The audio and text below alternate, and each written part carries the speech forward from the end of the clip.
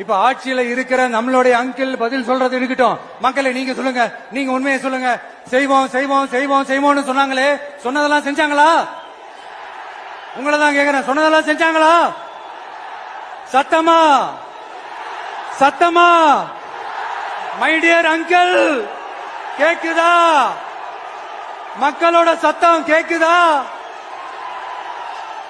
இது வெறும் சாதாரணமான முழக்கம் தான். கூடிய சீக்கிரம் மக்களை போய் சந்திக்க போறேன், அவங்களோட மனசு விட்டு பேச போறேன்.